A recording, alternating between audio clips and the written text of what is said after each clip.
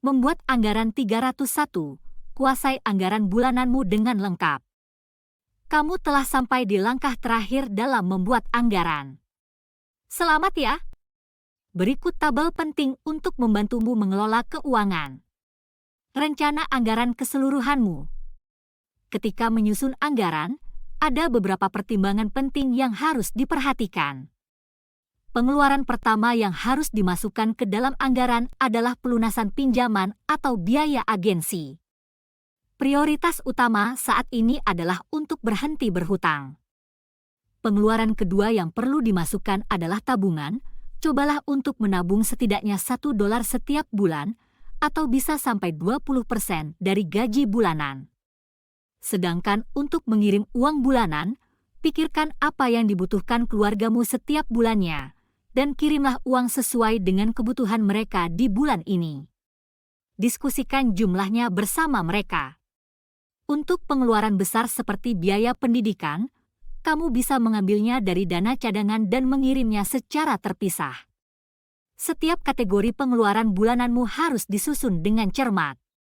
Pastikan setiap bulan kamu memeriksa apakah sudah sesuai dengan anggaran pengeluaran bulanan pribadimu, karena mengeluarkan uang berlebih untuk barang-barang pribadi seperti makanan atau pakaian sangatlah mudah.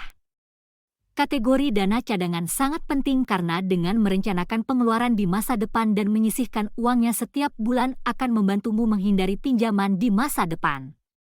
Dan pastikan jumlahnya sama atau lebih kecil dari gaji bulananmu.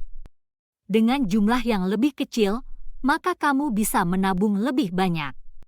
Gunakan teknik amplop agar bisa mengikuti anggaran yang kamu buat. Disiplin untuk menyisihkan uang memanglah tidak mudah. Kamu bisa menggunakan teknik amplop agar bisa mengikuti anggaranmu. Saat kamu menerima gaji, bagi gaji kamu ke dalam 5 amplop. 1 amplop untuk tabungan, uang untuk disimpan di rekening bank atas namamu. Buka rekening bank di negara kamu bekerja dan transfer uang tabungan bulananmu agar kamu tidak tergoda untuk memakainya. 1 amplop untuk membayar pinjaman. Kamu mungkin memiliki pinjaman di negara asal dan atau di negara tempat kamu bekerja saat ini. Pastikan kamu memiliki daftar utangmu dan jadwal pembayaran untuk masing-masing utang. Kita akan menjelaskan cara melakukannya di kursus ini. 1 amplop untuk dana cadangan, uang untuk disimpan dalam amplop atau rekening bank atas namamu, sebaiknya terpisah dari rekening tabungan. Bedakan antara tabungan dan uang yang kamu simpan untuk pengeluaran di masa depan seperti biaya pendidikan.